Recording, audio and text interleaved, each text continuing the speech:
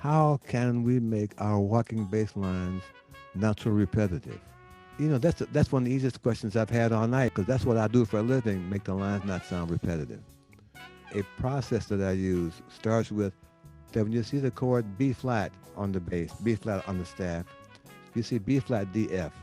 What I see is F on the E string, B flat on the A string, open D, F on the D string, and B flat on the G string. I see five choices for the first beat. Multiply five choices times four beats. That's 20 choices for the first beat, just quarter notes, man.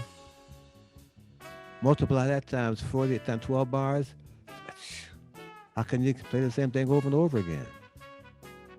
I think what happens, and I don't know, I've heard you play, but I think you kind of lose sight of the changes after the first chorus or so.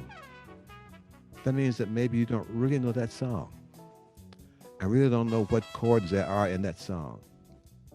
When I was teaching college at City College of New York in 2020, was my last year, I taught composition and theory.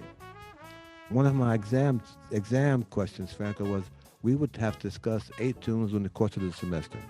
And I would sit down with them in the class during the last exam, say, okay, now I will give you each one song of our 8 to write me a complete lead sheet.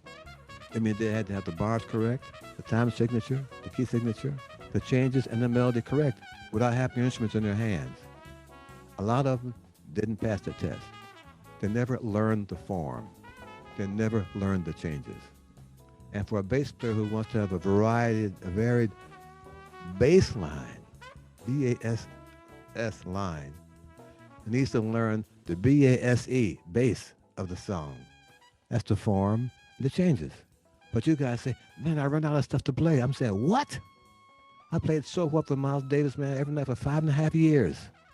Can you imagine me saying, hey, Miles, I can't think of nothing else. Can you change the tune? You know what he would have said? Taxi, taxi, over there. He's looking for, yeah, that. Come on.